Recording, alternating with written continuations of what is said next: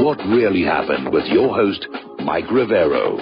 The history the government hopes you never learn. Here is your host, Michael Rivero. And aloha, America. Welcome to our show today. It is Wednesday, April 5th, 2017, middle of the week, hump day, starting that long, slow glide down to Pauhana Friday. And another weekend of utter insanity coming out of our government. Boy, I have to tell you, I'm very disappointed. My political efforts last year were geared toward getting Hillary Clinton out of the race more than getting Trump in. But I sort of had this belief, if you will, suspicion, hope that Trump's victory might actually change the course of this nation for the better, and it's clearly not happening. And so we're definitely headed to either World War III or a collapse, and it's an even money bet which one is going to hit first here. All right, we got a lot of stuff to talk about today. Phone lines are open, 800-313-9443. Now, at this point, we're beginning to see the backflash from all of this Russia-gate nonsense that Hillary's camp, where we're dishing onto Donald Trump all during the campaign, after the campaign, Russia hacked the election. All of it has been exposed as a complete falsehood. There was no evidence to back it up, and that has now put the corporate media in a bit of a bind because they're out there now trying to somehow make this spying on the Trump campaign go away, even though there is increasing amounts of evidence coming out every single day that it did in fact happen. And this could really be a major blow to what remains of the credibility of the corporate media. In fact, I had a listener actually sent me this page from their local newspaper that had a fold-out flap about why you can still trust our newspaper. We're working hard to bring you the truth. You know, to pay no attention to those other people who say that, you know, the corporate media has shirked its responsibility to the public.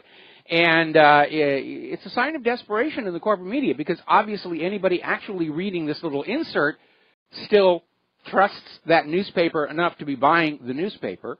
But it really is an issue where the corporate media is now outed for all the things they've been doing.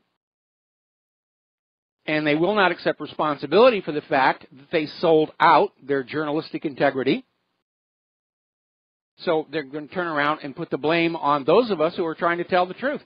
Same thing from the political class. It's okay for them to commit these crimes. It's just wrong if you report on them. So whether you call it hoisting with your own petard or the boomerang effect, Russiagate has now turned into Spygate, and it's blowing up in the Democrats' faces because of the obvious double standards and hypocrisies here. And the liberals are out there saying, oh, there's nothing to any of this. It's going to go away. You know, nobody's going to be arrested. Nobody's going to be charged. It's all a lot of nonsense. And we will see, because there is a level of outrage that once the American people reach that, the political pressure to actually do something and change something is going to be irresistible.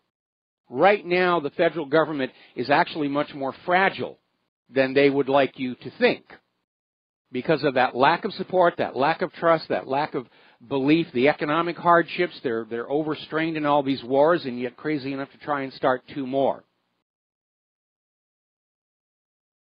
The American people just abandoning them, just saying, we're not going to listen to you anymore. You're not my government anymore. They couldn't survive that. All right, we're going to take a phone call from Dustin in New Jersey. Aloha, welcome to the show. What's on your mind? Yeah, hi, Mike. Yeah, I'm a Democrat. I voted for Obama, unfortunately, because, I fell for his hope and change. And, I voted for Trump because I'm tired of the lies, But I think he's been captured, Mike. I don't like Pence. I think he's a stiff in establishment. But Nikki Haley, Mike, today at the UN just did it for me, man. I just had it with these people. We're going to take unilateral action against the Syrian.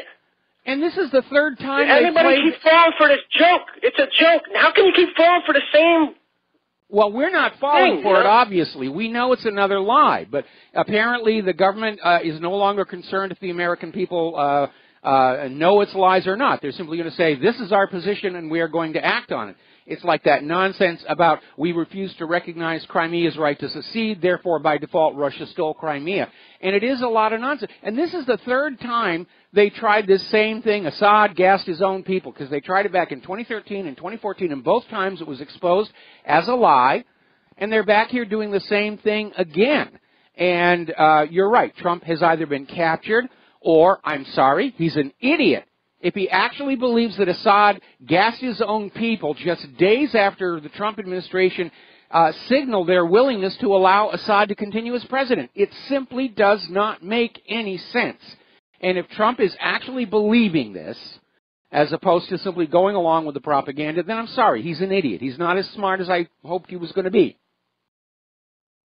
And there's something going on here now because they're moving something, a plan or something, because they really want to get Assad out. So there is obviously a reason that they're trying to push forward really quick. Well, the reason to get Assad out. The reason is the Syrian and Russian forces have all but eradicated the U.S.-backed rebels from Syria. And at this point, it's either gin up an all-out invasion or admit defeat. And maybe that's why Trump is going along with this, because he doesn't want to start his administration with the first military defeat since Vietnam on his record.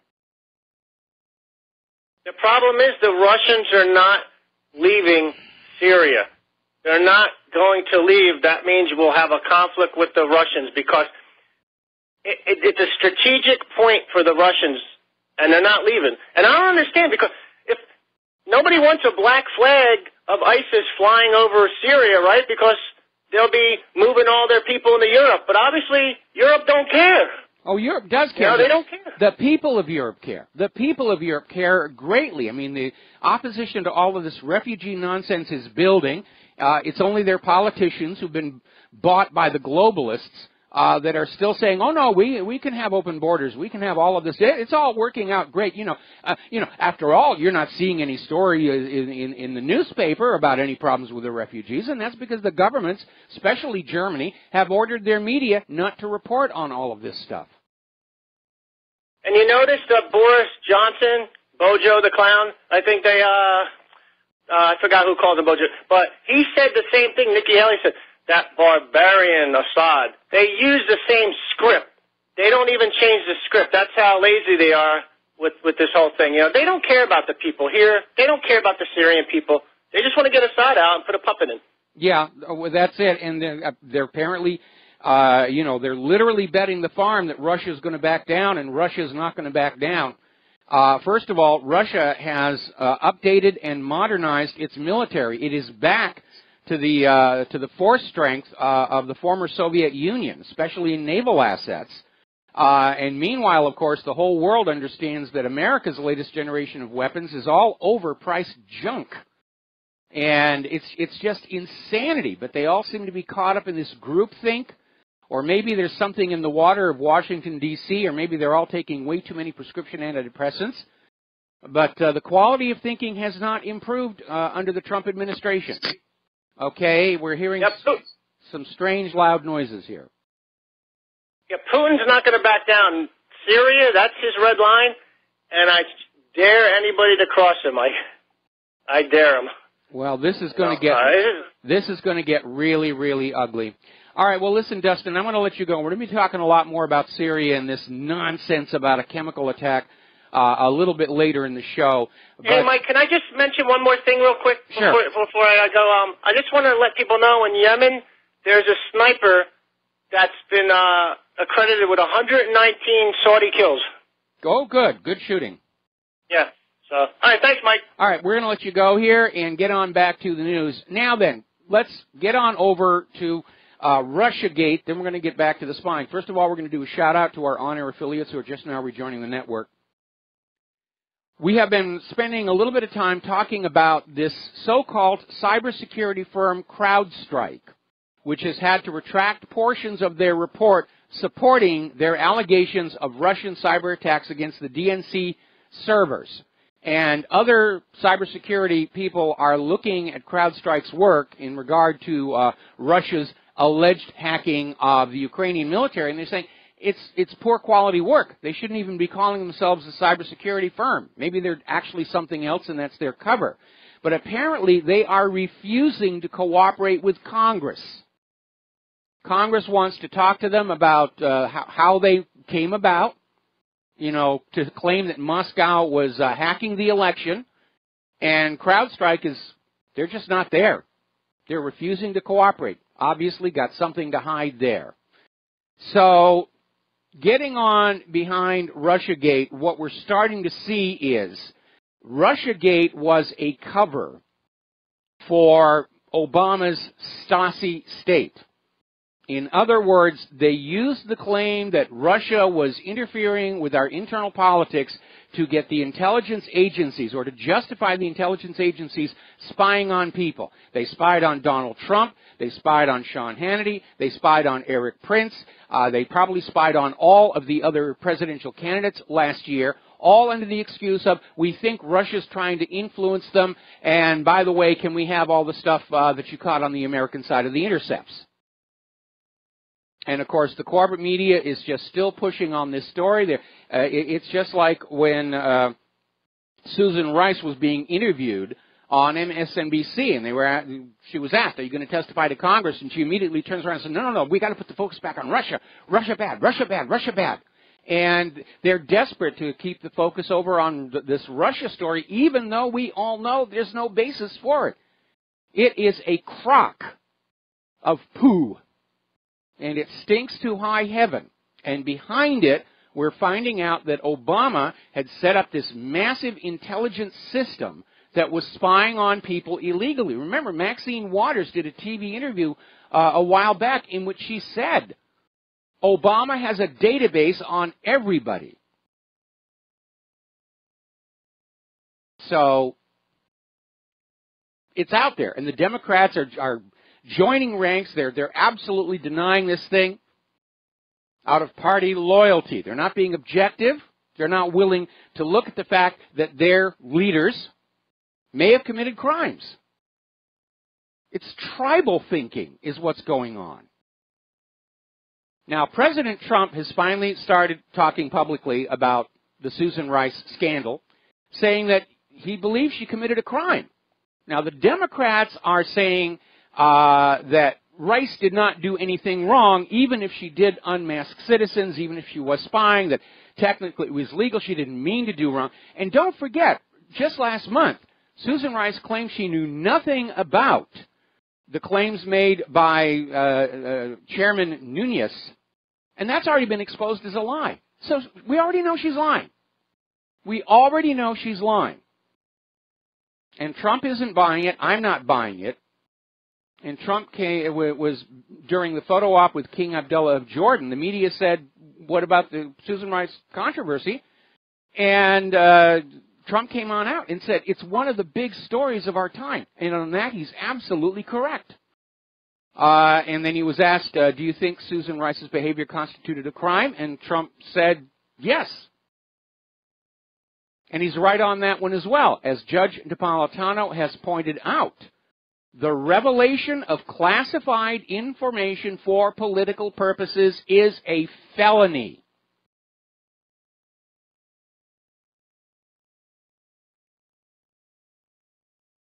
So, there we are here right now. Now, according to Representative Thomas Massey, more information is already starting to surface about Susan Rice and this spying operation. He's saying there's more out there than has been revealed. And he's out there saying, you know, we have to fix this. We have to fix this. Because, you know, people are supposed to be protected by that Fourth Amendment, or at least that's the theory here. Now, the Wall Street Journal has broken the story. I'm glad the corporate media has been forced to deal with this, because this is a major, major story in the independent media. So they're being forced to confront and deal with this. The Wall Street Journal broke the story that Susan Rice was not acting alone in this surveillance and unmasking of the Trump team.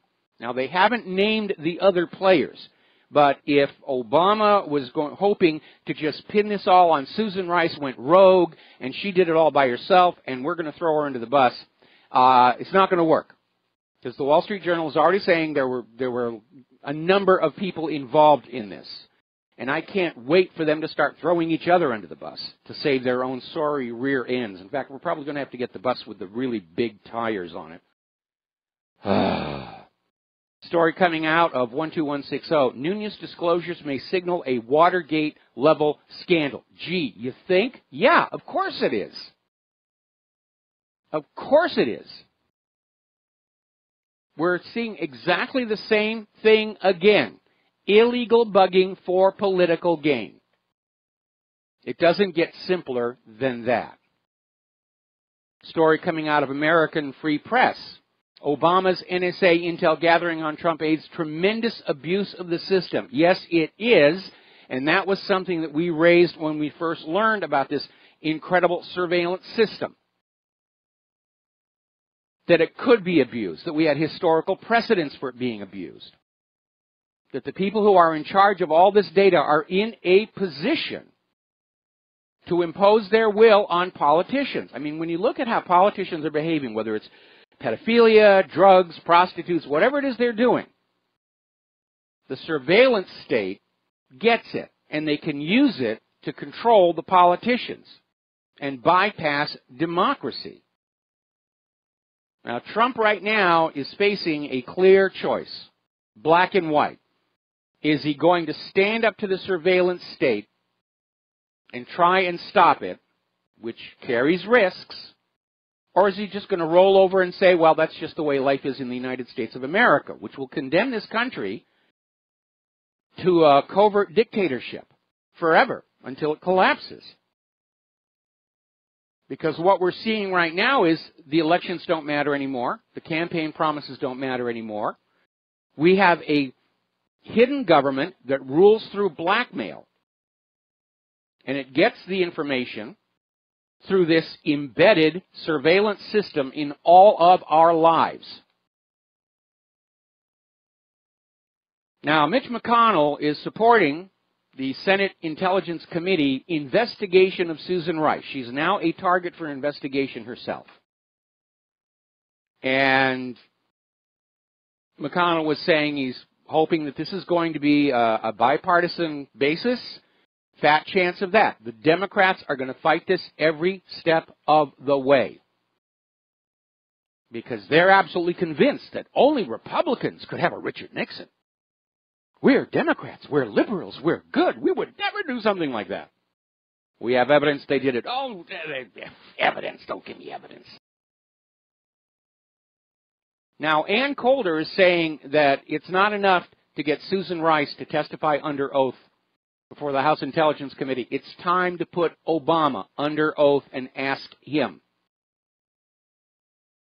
And she's right about that. I'm at the point of taking back all the comments I made about her saying radiation was good for you. Now, Lindsey Graham is out there reminding everybody of Susan Rice's background, which is not very good, because she has a history of political manipulation of security intelligence. Remember, she was right there at the forefront of telling Americans that the attack on the consulate in Benghazi was a response by the mob to a movie, which turned out not to exist at all. So she cannot be trusted. She should not be trusted. In fact, I don't think there's hardly anybody in government that you should automatically trust. The last two that we had that I did trust was Cynthia McKinney and Dr. Ron Paul. Another article coming on out here, Investment Watch blog. How long can the media pretend that Rice didn't unmask Team Trump for political reasons on the orders of Obama? They're still trying to make it look like it was okay for Rice to be doing this. We'll be right back. And aloha, America. Welcome back to the show here. And the corporate media, they're being forced to confront this scandal. And it is rather amazing. Anybody who goes to journalism school, they dream of stumbling across a story on the scale of Watergate. And here is one dumped right in their laps. And they're being told, ignore it, pretend it didn't happen. We've got to protect the liberal establishment. We've got to protect the whole establishment. We can't suffer another scandal that might delegitimize the government. Well, the government's already illegitimate, I think, in the eyes of the most Americans at this point. Now the corporate media is out there attacking anybody talking about the Susan Rice scandal, saying they're not only being racist but sexist as well. They're only interested in this story because Susan Rice is a black woman. If she was a white man, they would just not be caring about this story. Talk about pathetic. Talk about desperation on the cusp of madness. And the media is now trying to put the focus back on Russiagate, and they're trying to basically cast suspicion on anybody who's not towing the line. And over on Huffington Post, they literally ran this story. 1,000 paid Russian trolls spread fake news on Hillary Clinton, Senate intelligence heads told. A former FBI agent testified that President Donald Trump helped spread fake news by embracing the stories against his opponents. Now, you need to understand there's a tremendous difference between the House Intelligence Committee and the Senate Intelligence Committee. The House Intelligence Committee is being run by Trey Gowdy. Over on the Senate side, they are very clearly on the side of protecting the Obama administration and the liberals. They're over there saying they're still going to talk to CrowdStrike, and they're accepting rumor and innuendo and all this stuff. It's a hatchet job. And the two committees right now are definitely going to come to diametrically opposed conclusions on this. But they're already out there trying to say that anybody who carried a story critical of Hillary Clinton was a Russian stooge. Now they're saying we were paid. I don't think so. I never got a check at any rate. Again, they're just declaring all the stories about Hillary Clinton to be fake, even though they were all sourced. Travelgate was real. Cattlegate was real. Chinagate was real. All of these things really did happen. They were not fake news. And under that First Amendment, we had a right to report it. Nobody ever came on back and said, I can prove that story is false.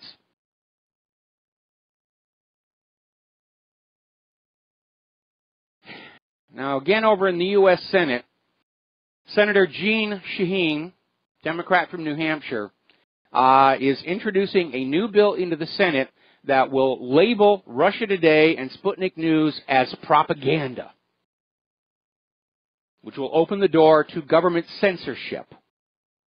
Senator Shaheen is claiming Russia Today has violated the Foreign Agents Registration Act, which was passed in response to concerns about Nazi propaganda being disseminated in the United States without the people knowing what it was. Well, if you're going to start enforcing the Foreign Agents Registration Act, let's start with AIPAC, which has never registered as a foreign agent, even though that is very clearly what they are. Now, another story coming out of Sputnik News, and this is why they're so angry about it. Sputnik News is reporting that there are U.S. senators who have asked Secretary of State Rex Tillerson to investigate the use of tax dollars to support left-wing causes in places like Macedonia, Albania, Latin America, and Africa. And the way that came about is George Soros has been in all these countries supporting these regime change movements, and it turns out he and his organizations were being given funds from the State Department under the Obama administration. So they're using your tax dollars to bring down these other governments, to take down legally elected legitimate governments and replace them with puppet rulers. And it's time for an investigation into that. Now, we're going to take another break for commercials. When we come on back, some new developments in the IRS scandal. And aloha, America. Welcome back to the show here now. Earlier this week, Judicial Watch started releasing documents obtained under a Freedom of Information Act lawsuit regarding the IRS targeting of conservative groups and political enemies.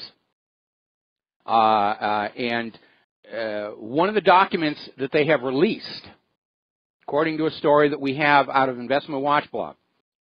One of the documents confirms the orders to target and destroy conservative organizations came from the Obama White House itself.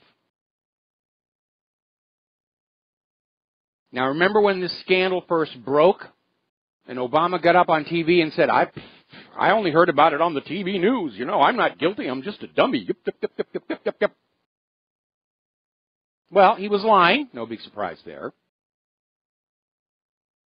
And remember, use of the IRS against enemies, that was going to be one of the articles of impeachment against Richard Nixon. But he resigned on the obstruction charge, because the last thing anybody in Washington wanted was an actual trial where somebody was sooner or later was going to ask, why did you bother breaking into the Watergate when Nixon was so far ahead in the polls against McGovern? And that answer would have traced back to the Kennedy assassination, and nobody wanted that one to come out. That's why they got rid of Spiro T. Agnew, and they put in Gerald Ford as the VP to take over when Nixon stepped down or was removed from office, because Gerald Ford was on the Warren Commission. He would protect the big, deep, dark secret. So, we now know that Obama was, in fact, directing the IRS to go after his enemies. And apparently, Judicial Watch has released other documents showing that this targeting by the IRS was much more expansive than previously known. And it even has IRS officials admitting that the tactics they were using to hinder conservative groups were inappropriate. Now, these documents were previously withheld by the Obama administration from Congress and were not included into the congressional investigation into IRS abuse. And remember the result of the investigation? Well, we can't find that anybody did anything wrong, so everybody gets to go home. And the fact that the cover-up was obvious for everybody. Remember Lois Lerner's hard drive? Oh, my goodness, the hard drive broke. We lost all the paperwork there. What about the backup system? Well, you know, we fired the backup company a couple of weeks ago. Golly gee. These things happen. Just trying to save some money. All right, so let's get on to this story about Syria. And certainly, as far as the Internet and the independent media is concerned, everybody knows this is a repeat of the same lies they used to try and justify an invasion of Syria back in 2013 and 2014, which were exposed as lies by institutions like the United Nations, Chemical Weapons Inspectors, the Massachusetts Institute of Technology. And it never made any sense anyway. And they're desperate enough to try the same thing all over again. Apparently, they are absolutely convinced that the American people have very short memories, and we don't remember all the times that we have been lied to get us to go along with the war. And right now, I think the U.S. is in a corner. The Syrian military and Russia have all but won that war. And maybe Donald Trump decided he was going to go along with this because he didn't want to have his legacy include the first military defeat since Vietnam, which is a stupid reason to kill all those people, but who knows? I'm a little surprised. I'm having a hard time thinking that he actually believes this nonsense. If he does, he's an idiot. I'm sorry. So, Nikki Haley was up there at the United Nations Security Council saying, you must authorize us to go on in and get Assad. And the usual co-conspirators, Israel and Britain, were out there saying, oh yes, time to get Assad. We got to get Assad out there. Now, Russia, of course, stood up and said, we don't know what happened. In fact, what we think happened, and I think Russia didn't say it's a false flag, even though that's what it looks like to me. Russia is saying that Syrian warplanes bombed a rebel chemical depot, and that's what released the chemical weapons. Because we know the rebels have chemical weapons. They've been using them. But Russia's point is we don't really know. There's no evidence. The only claim that it was Russia or Syria came from the white helmets, who, by the way, photos are showing them handling the bodies of these supposed chemical weapon victims without even wearing gloves. And that's a red flag warning that that whole thing was staged anyway. But the white helmets are known to be a propaganda front serving U.S. interests. And they were claiming that they know it couldn't be the rebels because the attack came from warplanes, either Russia or Syria. Now, witnesses on the ground who are not part of the white helmets are saying there were no warplanes, that the chemical weapons were lobbed in from nearby. But they're back there calling for the regime change. And we need to go back and look at the history here. First of all, the U.S. first attempt to justify invading Syria was the claim that Assad had chemical weapons. Not that he was using them. He's got them. And that's enough for us to go. And after all, we could go into Iraq because he had nuclear weapons. Well, he didn't actually have nuclear weapons, but we thought he had nuclear weapons, and that's enough for us to go on in. And, of course, Putin came on in and brokered this deal where Assad surrendered all his chemical weapons because Assad really didn't want to have them or use them anyway. And they got rid of all the weapons in 2013. It was under international inspections. They went in and verified. Assad turned over all of his chemical weapons. They were destroyed. And then all of a sudden the U.S. comes on out and says, oh, yes, Assad kept some of his chemical weapons. He's gassing his own people.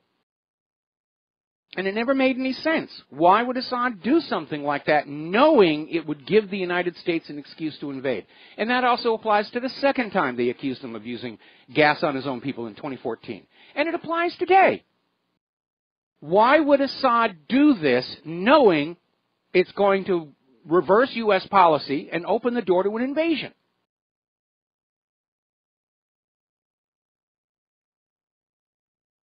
Remember when one of these gas attacks happened right in front of the UN chemical weapons inspectors on the very day they arrived in Syria?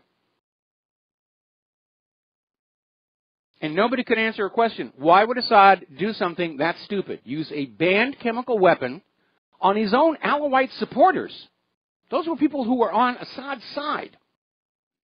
Right in front of the chemical weapons inspectors on the day they arrived.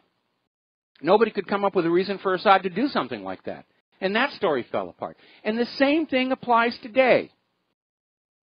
Nobody can come up with a motive for Assad to do something like this.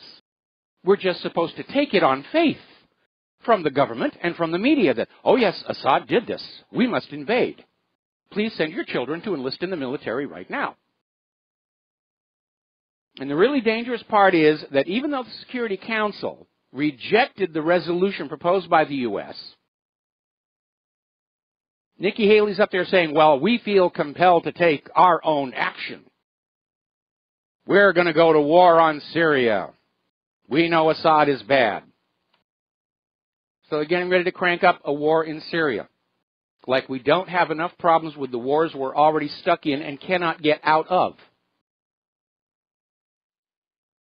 And it looks like the U.S. was planning to do something to escalate the war, to regain the initiative, because apparently they've already started expanding the runway at an air base in northern Syria to accommodate the C-17 aircraft.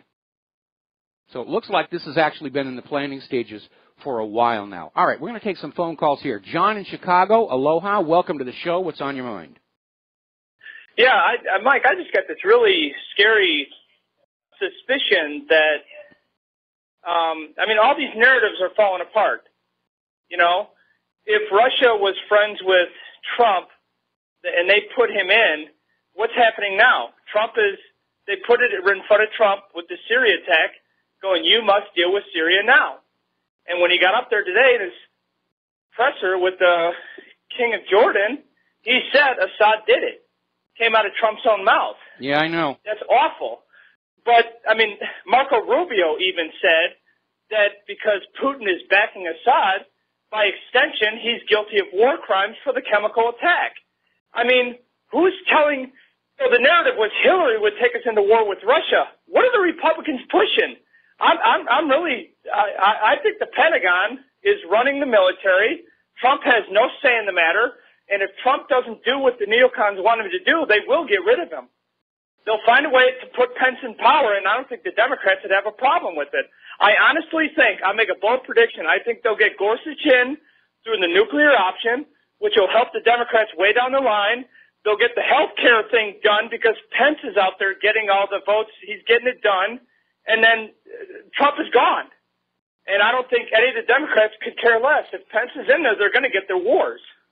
Yeah, unfortunately, the war hawks are really pushing forward, and I think the groupthink in Washington, D.C. Is very much that without a major war, the United States is going to collapse because we've lost our manufacturing. It's been in decline for decades. Nobody wants to buy American products anymore because they're kludgy, bloated, way too expensive, got way too many cautionary stickers all over them. Nobody wants our GMO agriculture, and the only thing that is propping up Wall Street and the Federal Reserve right now is forcing the rest of the world to use the U.S. dollar for cross-border trade and banking. And more countries are turning away from that, and that is what has prompted this war. In fact, look at the early targets. Iraq first for selling their oil for the euro. Then Libya for selling their oil for the gold dinar. And now that Russia and China are using their own currencies for cross-border trading and are talking about a gold-backed system, now all of a sudden we're talking about war with Russia and China. This is going to end badly. And the other thing is, too, with this surveillance scam. I mean, if the narrative was Hillary's going to win easily, then what's the point of surveilling Trump or his campaign staff? What's the point of it? I think the point always was impeachment. I think they knew that he was going to win in the landslide, and they're like, we got to get this guy out, so we got to get some dirt on him right now. The other thing is the North Korea thing. Well, they're talking about selling weapons to Japan. Before we go to North Korea, I want to back up. We know that the surveillance of Trump actually increased after he won the election. I think that is more explainable by the fact that everybody was committing all these crimes, Susan Rice spying on Trump, or Obama spying on Trump, and Sean Hannity and the rest of them, and they were all committing these crimes in the sure and certain belief that Hillary was going to be the next president and they would be safe from investigation and prosecution. And then once Donald Trump won the election, all of a sudden they're desperate to find something that they can either impeach him with or at least control him with or blackmail him with to save their own sorry rear end. Anyway, listen, John, I need to let you go. We got a call we got to take right now here. So thank you very much. We're going to switch over to Ryan Dawson. Ryan, welcome back to the show. What is on your mind? Hey, Mike. I just posted a couple of stories on your site. I wanted to talk about the Syrian gas attack. It's blown up in the media, and it's horrible there's a gas attack, but you look at the hundreds of people the U.S. has been blowing up with conventional firebombs, and that doesn't get any attention. This story is getting attention because it's part of a PR campaign. As was the last, gas is people stuff. And it's also a distraction from Obamagate. I mean, that could have been a reason why they went ahead and did it now. They need something newsworthy to give the media an excuse not to report on Susan Rice and those revelations, and hopefully to distract the American people away from it. Wouldn't be the first time somebody started a war to distract from an embarrassing story. Remember when the Marine barracks in Beirut were bombed? 24 hours later, the U.S. invades Grenada. Yeah, it's the Lewinsky effect. Yes. He puts something sexy on TV to avoid a greater scandal like selling nuclear weapons to China. But it's also because they're losing the war. The Syrian army and the Iranians and Russians have been winning this war, 2 months without full CIA backing of the mercenaries, and ISIS can't hold its own anymore. And so this is serving as a pretext for the U.S. to 180, because Trump in the beginning was saying, look, we're not for regime change. Rex Tillerson is still saying, even after the attacks, we're still not for regime change, because the alternative to Assad is a lot worse. But these things were predicted, and the last gas attack, I mean, you think they'd find another excuse. Maybe they could recycle babies on incubators or something, because the last time they did it, I mean, you already went over it, but the last time they had this propaganda, it really fell on its face, and so it's amazing that they would use this again. Well, it appears to be the only thing they've actually got, because they have to carry out something, and obviously the rebels already have the chemical weapons there, and they got them from the United States. And so this may, some people are saying that was planned or predicted weeks ago. On the other hand, it may have been a real rush job. Somebody said, we need a gas attack in Syria. We need an event in Syria we can blame on Assad. Well, let's just do another gas attack.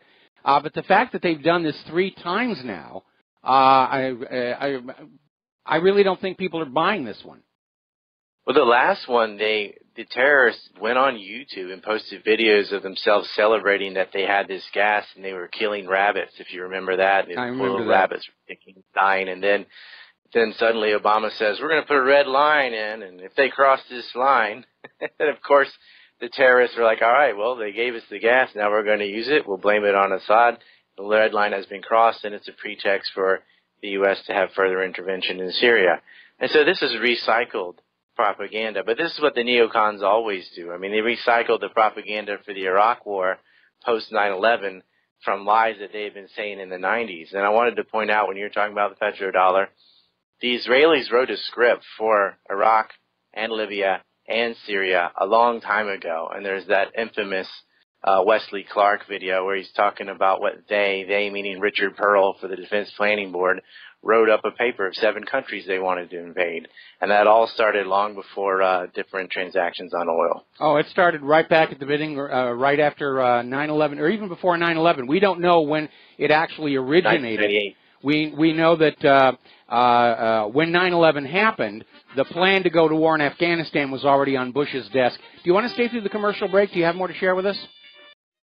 Yeah, I'll stay through. All right, we'll be right back. Aloha, America. Welcome back to the show. We're talking with Ryan Dawson. We're talking about this very obvious false flag, 3rd time's the charm, apparently, in which Assad has been blamed for a chemical weapon attack. And Nikki Haley is out there screaming, we must invade, we must evade. We'll do it alone if the rest of the world won't go with it. And everybody's pointing fingers. CBS is trying to blame Donald Trump for the gas attack, along with trying to blame Putin for it. But if you want to look for origination of how we got to this place, let's go back and remember that the U.S. has been trying to invade and regime change Syria for going on 6 years now. If they hadn't embarked on that, none of these gas attacks would happen. None of the bombings would happen. None of the death and misery would have happened if the U.S. government would simply learn to mind its own business and actually try and make things better here in this country. So, Ryan, what do you got to share with us now? Yeah, well, Oded Yanan wrote this policy paper for the Israelis explicitly saying how they wanted to go into Syria, but it couldn't be done until they got rid of Saddam Hussein in Iraq first. They want to weaken this whole axis of Iran, Iraq, Syria. There's a rival pipeline, of course, as you know, worth $10 billion that would have broken the monopoly that pipeline from Azerbaijan to Turkey goes through, which slides through Israel before it can go east to Asia. And so they all benefit for being the middlemen in this oil access. Yes. And that would have been all broken apart. And the moment that troops were removed from Iraq, they signed on to this deal with Syria to build this pipeline. And then suddenly there are snipers shooting people at a funeral in Syria, Ukraine-style snipers. Like, there's no motive for these gas attacks either. Why would it doesn't make a dime's worth of difference battlefield-wise to gas a few people. All it does is destroy your credibility and hurts you internationally as a public relations stunt. It doesn't help you win the war at all. And they're winning the war. So why would you, in the middle of a war that you're finally starting to win, bust out gas, which, got your weapons of mass destruction removed the last time there was an incident like that? And they also forget all these people that say Assad must go and he's a monster, blah, blah, blah. Bashar al-Assad was the president for 10 years, from 2000 on, without any violence. Suddenly there's violence after they make this pipeline deal. And he actually said back in 2003, after the invasion of Iraq, that he proposed getting rid of all weapons of mass destruction in the Middle East, which included serious chemical weapons as well as any nuclear weapons.